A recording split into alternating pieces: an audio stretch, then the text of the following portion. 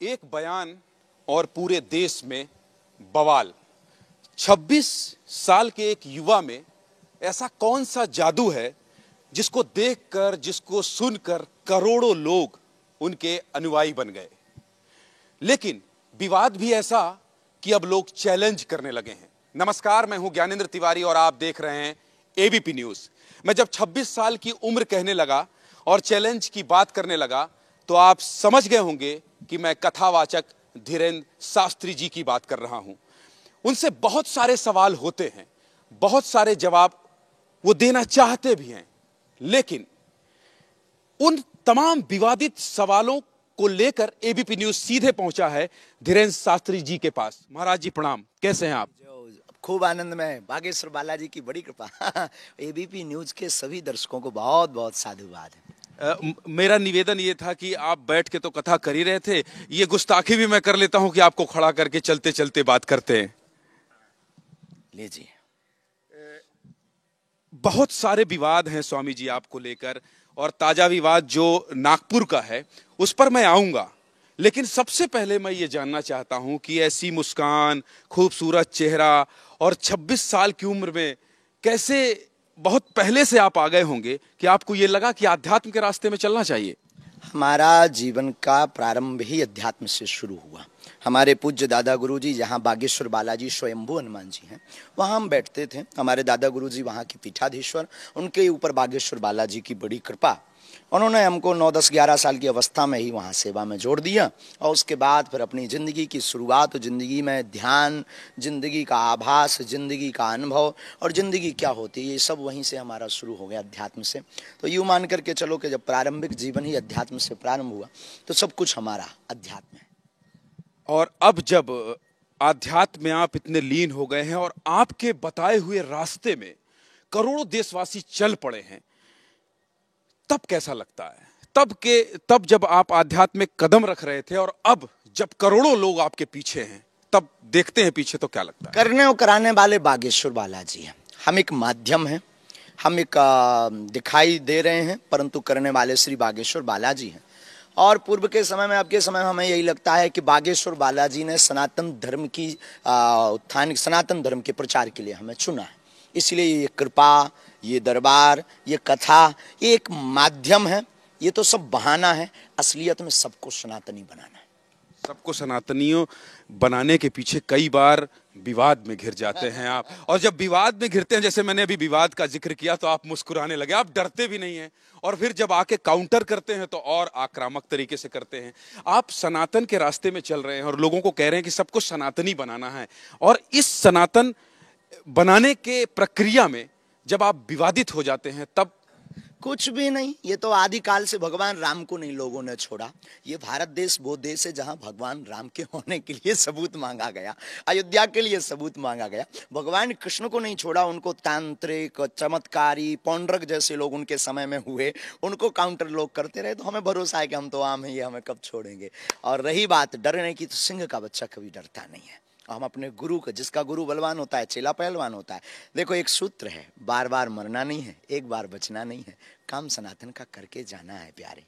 सबका बायकॉट करवा देते हैं आप, अब लोग आपसे डरने लगे हैं कि बायकॉट गैंग। एक सुनील शेट्टी ने, अभी आपको याद होगा कि योगी आदित्यनाथ जी के एक सभा में उन्होंने कह दिया कि बायकॉट, आप लोगों को एक आदेश से सब होगा। अब तो आप भी बायकॉट करने लगे हैं। ऐसे में अगर न्यूज चैनल, नेता, फिल्म इंडस्ट्री, संत की भी बात, ये बायकॉट क्यों करते हैं आप? जरूरी है, क्योंकि हर बार हम सॉफ्ट लोग ही क्यों टारगेट होते हैं, हमारे साधु ही टारगेट क्यों होते हैं, सनातन धर्म ही टारगेट क्यों? आपकी मूवी बनती है, हमारे केवल देवी देवताओं को ही क्यों टारगेट किया जाता? और भी तो है इस देश में धर्म। इस भारत देश की विचित्रता देखना, यहाँ पर चादर चढ़ाना श्रद्धा है, लेकिन हनुमान जी के हनुमान चालीसा का उपाय बताना अंधश्रद्धा है। यहाँ पर कैंडल जलाना श्रद्धा है, लेकिन भारत देश कितना अद्भुत है, बागेश्वर बालाजी में नारियल बांधना अंधविश्वास है। ये दोगलापन लोग लाते कहाँ से हैं? तो हमारे मन में विचार आया एक न्यू क्रांति का, कि चाहे वो साधु हो, गुरु हो, न्यूज चैनल हो, मूवी वाले हों या नेता हो, सनातन का विरोध करेगा, भारत में रहोगे, कायदे में रहोगे तो फायदे में रहोगे। सारे कड़वे सवाल मैं आपसे पूछने वाला हूँ, एबीपी न्यूज बायकॉट मत कह दीजिएगा। नहीं, कदापि नहीं, स्वप्न में नहीं, ये तो हमारी आत्मा है। हमें बड़ी खुशी हुई आपका जो स्वभाव और आपका जो आनंदमय भाव कनेक्ट करने का, आप किसी को भी बहुत जल्दी बहुत धन्यवाद गुरुजी। मैं ये कह रहा हूँ सोशल मीडिया में लाखों करोड़ों आपके भक्त हैं और जब आप कुछ बोलते हैं तो मैं देखता हूँ उसके व्यूज मिलियंस में चले जाते हैं। उसी सोशल मीडिया को सहारा बनाया जा रहा है आपको ढोंगी पाखंडी कहने के लिए। ये सब जब आप सुनते हैं मन व्यथित नहीं होता? बिल्कुल भी नहीं। हमें जैसा लोगों को लगता कि हम उग्र हो गए, हमारी भाषा असंयमित हो गई है, लोगों की भावना। महाराज जी 26 साल की उम्र में गुस्सा भी नहीं आता? हाँ, आ जाता कई बार ऐसा। कई बार गुस्सा, हाँ कई बार गुस्सा गा जाते हैं आप और विवाद हो जाता है। आपका कह देते हैं चूड़ियां पहन। मैं बाप का पूछने ही वाला था आपको।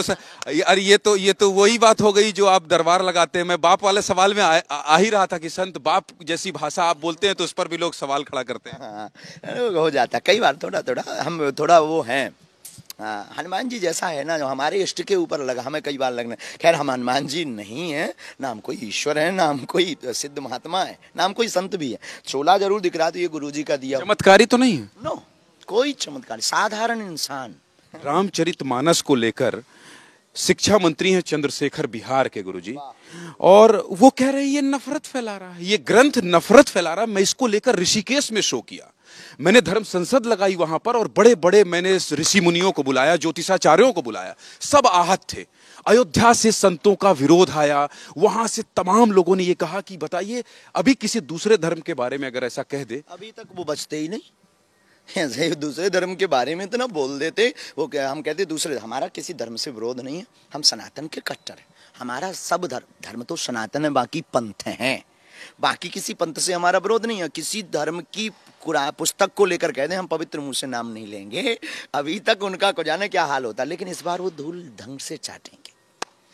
किसको बोल रहे हैं आप? जो ऐसा कह रहे हैं, जो रामचरितमानस को जहर फैलाने, नफरत फैलाने का काम कर रहे हैं, हमें लगता है उनके डीएनए बहुत, हमारा मुंह डिस्टर्ब हो जाता है। ऐसा उन्हें नहीं बोलना चाहिए, मूर्खता है, अति मूर्खता है, और ये अतिशयोक्ति है। रामचरितमानस सेतु का काम करता है, जोड़ने का काम करता है। रामचरितमानस एकता का सूत्र है। भारत को विश्व गुरु बनना है तो रामचरितमानस को राष्ट्रीय ग्रंथ बनाना पड़ेगा। और शिक्षा मंत्री जी अनपढ़ गवार हैं, शुद्ध, उन्होंने रामायण नहीं पढ़ी है, वो राम को तो मानते हो। इस पर भी कहीं विवाद ना हो जाए, आपने अनपढ़ गवार कह दिया है। बिल्कुल, उनको शिक्षा मंत्री बनाना ही नहीं चाहिए। एक बार उन्हें रामचरित पहले पढ़ना चाहिए, ना हो तो वो अगर इतने फ्री हो तो वो हमारे पास आ जाएं, हम उन्हें समझाएंगे रामचरितमानस कायदे से भी और फायदे से भी। गुरुजी अब आपकी लोकप्रियता, आपके अनुयायी जो करोड़ों लोग, हर सभा में मैं देखता हूं, आज मैं रायपुर में देख रहा था कि कैसे लोग एक एक दो दो घंटे बेसुध होकर नाचे जा रहे हैं और किसी को घर जाने की परवाह नहीं है। ऐसी स्थिति में अब आपको चैलेंज दिया जा रहा है। नागपुर वाले विवाद पर मैं आऊंगा।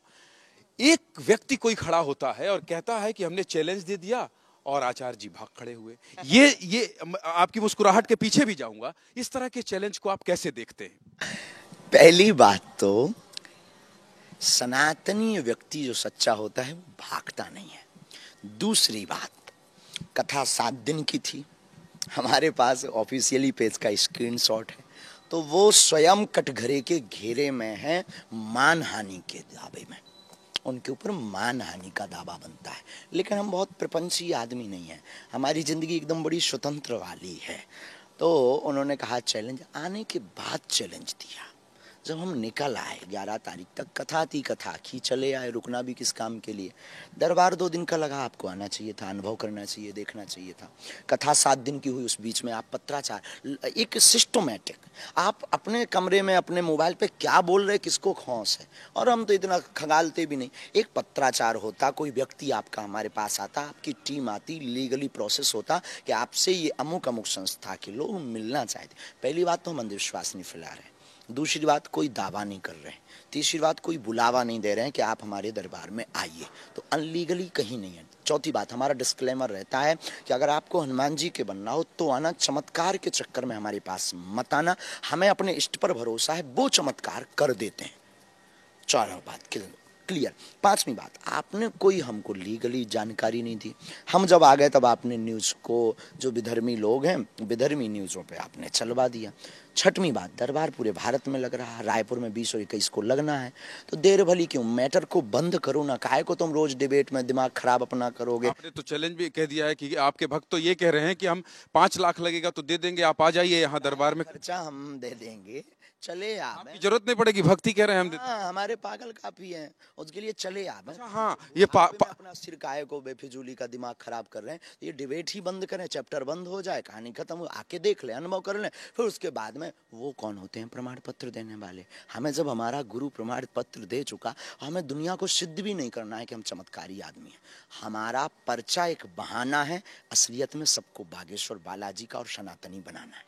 लेकिन थोड़ा सा दर्शक जो देख रहे हैं बीपी न्यूज में, आप इतने विस्तार से सारे आरोपों पर बात कर रहे हैं, इसलिए मैं ये जानना चाहता हूं कि आप पर आरोप है कि ये जादू टोना भूत, ये खड़े करके जब ये बोलते हैं बागेश्वर बालाजी की जय हो, जब बजरंगबली का नाम लेते हैं तो लोग झूमने लगते हैं, झुकते, ये जादू टोना अंधविश्वास का आरोप भी लगता है आपको? लगना चाहिए, लगना चाहिए, लगना चाहिए। जो धर्म विरोधी हैं वो लगाते रहते हैं, उनको बोलने का मौका, भगवान ईश्वर की कृपा है हमारे ऊपर कि कम से कम लोग बागेश्वर धाम का इतना नाम ले रहे हैं, विधर्मी भी तर रहे हैं विवाद में, बागेश्वर बालाजी का नाम लेकर वो भी तर रहे हैं।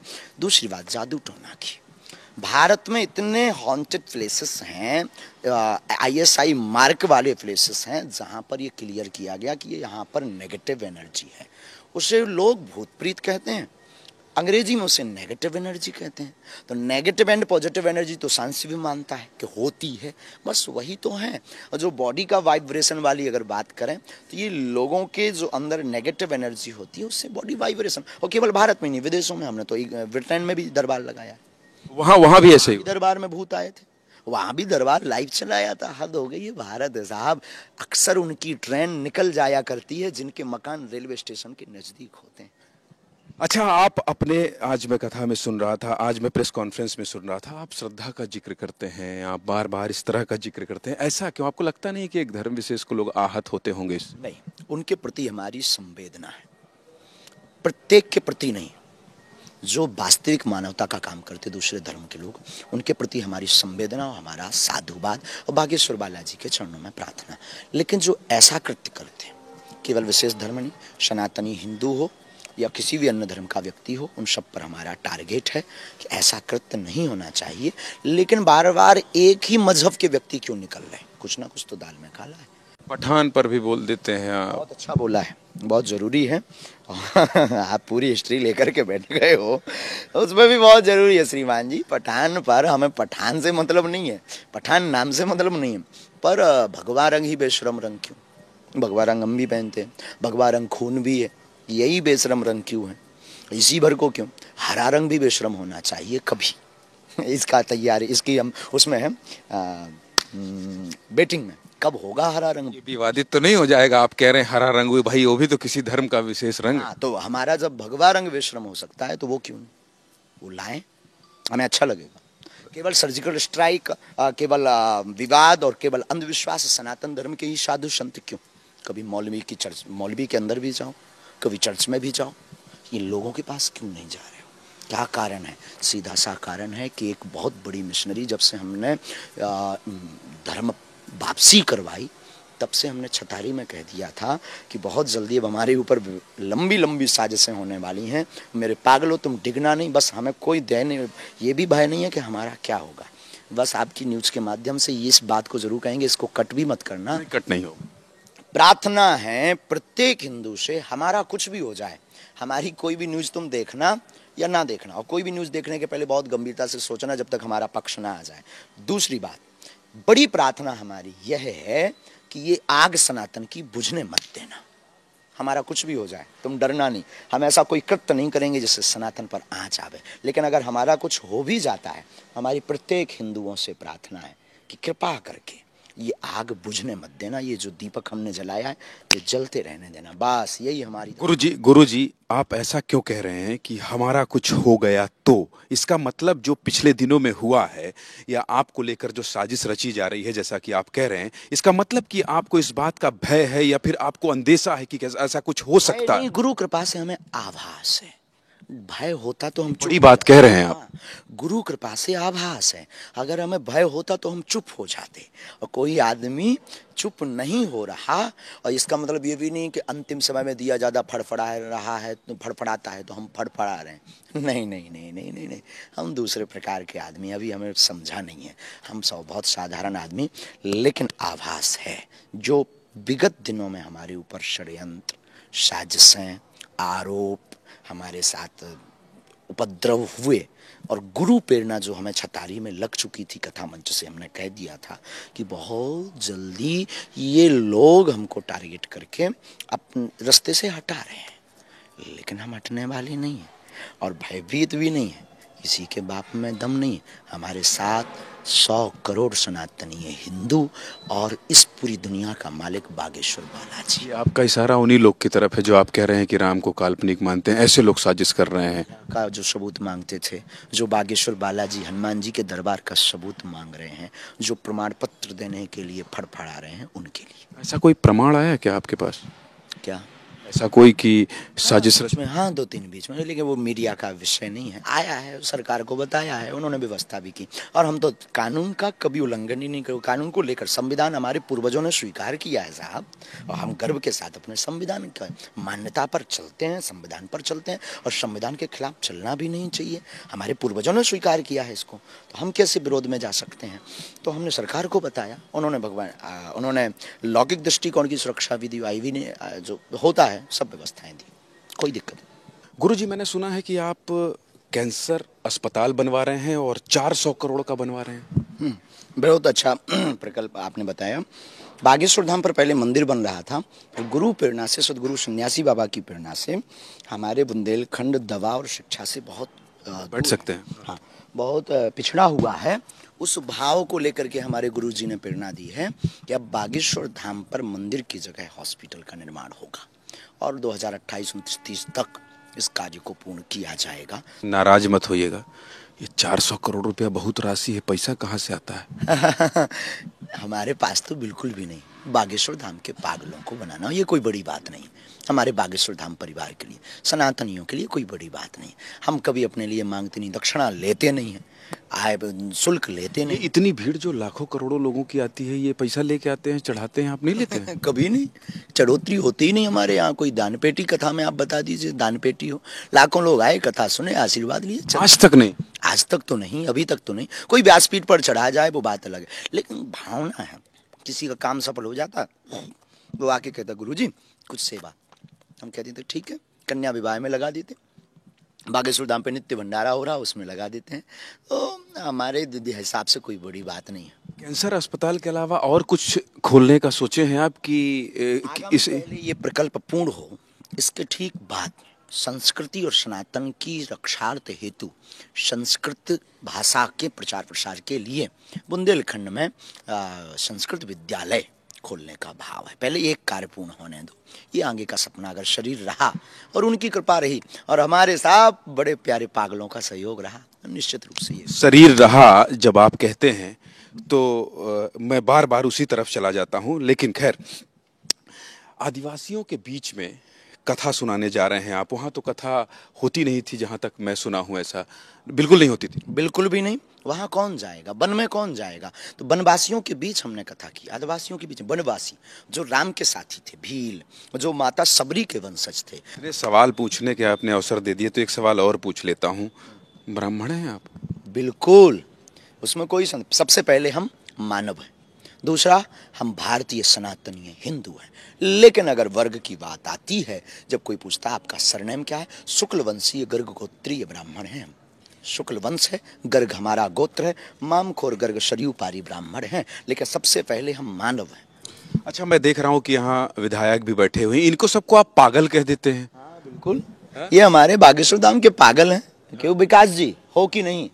आइए आइए आइए। आप छत्तीसगढ़ में रायपुर के विधायक हैं, लेकिन हमारे पागल हैं, उसमें कोई संदेह नहीं। और वो हाँ बोलेंगे, ना नहीं करेंगे। अगर ना कर दें तो ठीक है, हम बोलना बंद कर देंगे। आइए आइए, ये देखिए रायपुर पश्चिम के विधायक हैं और ये सुबह शाम लगे हुए हैं शास्त्री जी की सेवा में। अब इनको मंच से शास्त्री जी पागल कह देते हैं। हाँ जी, कह देते हैं ना, भक्त को पागल कह देते हैं गुरुजी। हाँ, बताइए ये बात, क्योंकि देखिए ये सारे सवालों के जवाब दे रहे हैं। ऐसा इंटरव्यू आज तक शास्त्री जी का हुआ नहीं है और वो बहुत खुशी मन से कह रहे हैं कि अगर ये मना कर दे तो हम नहीं कहेंगे। पागल है। जिस प्रकार से महाराज जी ने राम कथा का वर्णन किया, और राम को मानने वाले, हनुमान को मानने वाले सब पागल हैं। ये इसलिए मैंने सुनाया, इसलिए बताया। कुछ आप कह भी रहे थे कि हम ऐसे प्रश्न पूछेंगे विधायक जी से। आप मुझसे कह रहे थे कि जो पहली बार होगा किसी न्यूज चैनल में। हाँ, पहली बात तो ये है कि आप एमएलए हैं जनता के, और आपको भगवान ने कृपा की है और जनता ने आशीर्वाद दिया है। तो सबसे बड़ी बात यह है कि आप मानवता वाले हैं, और आपका जो भाव बागेश्वर धाम, बालाजी और सनातन और मानवों के प्रति है वो अद्भुत है। हमारे पंडित श्री ओम प्रकाश मिश्रा जी के साथ हमसे बिना मिले, हमको बिना जाने, हमको बिना अनुभव किए अगर कोई इतने भरोसे के साथ कार्यक्रम की व्यवस्था में लग जाए, निश्चित रूप से वो आदमी बहुत बड़ा पागल होता है। एक बात बोलें, इन बिगड़े दिमागों में भरे अमृत के लच्छे हैं। अरे हमें पागल ही रहने दो, ऐसे हम पागल ही अच्छे हैं। क्या बात है। अब एक व्यक्तिगत सवाल पर आता हूं। आप इतने स्मार्ट हैं, खूबसूरत हैं, युवा हैं, बहुत सारे लोग कहते हैं कि शादी ब्याह काहे नहीं कर लेते हैं। हो गया, जवाब दे दीजिए, जवाब दे दीजिए। कोई संदेह नहीं, होगी शादी, बहुत जल्दी होगी। और आपको, अब सबको तो हम बहुत लोगों को शेरवानी सिलवाने को कहें, आप कोर्ट में आइएगा तिवारी जी। वो ठीक लग रहा है, यही वाला बहुत सुंदर लग रहा है, बहुत जम रहे हो, गजब के टाई लगा करके आप जरूर तैयारी रखिएगा। आप हमारी शादी में डांस करेंगे, कोई दिक्कत नहीं। गृहस्थ क्या भगवान, डांस करता भी बहुत अच्छा हूँ गुरुजी, इसीलिए स्वागत है। मैं भी आपको पागल ही समझ में आया जो आपने इतना वक्त दिया। बिल्कुल, आप हमारे बहुत प्यारे पागल हैं। आपका जो भाव है बहुत अद्भुत है, मानवता के प्रति और सच्चाई दिखाने का जो हुनर और जो आपके अंदर का जुनून है, उस जुनून को कोई रोक नहीं सकता। इंटरव्यू के बाद लोग कहेंगे कि ये सच में पागल है। यस। सारे सवालों के जवाब आचार्य धीरेन्द्र शास्त्री जी ने बहुत बेबाकी से दिया। मेरी कोशिश थी कि एबीपी न्यूज के माध्यम से हर वो आरोप जो इन पर लग रहे हैं उसके जवाब आप तक पहुंचाऊं। मेरे सहयोगी दुर्गेश साहू, अरविंद सोनवानी और मुझे इजाजत दीजिए। नमस्कार।